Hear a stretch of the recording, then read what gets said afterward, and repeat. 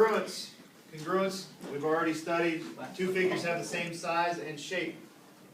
Alright, so when you have a congruent statement, which is what that is right there, four-sided figure, how do I know it's four-sided? It's got four vertices. Alright, so first letter is always congruent to the first letter when we talk about angles.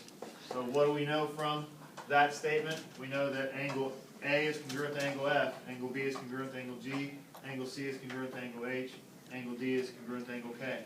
Now you can write these this way also, with three letters. These angles are the same as those two angles. They're just written differently.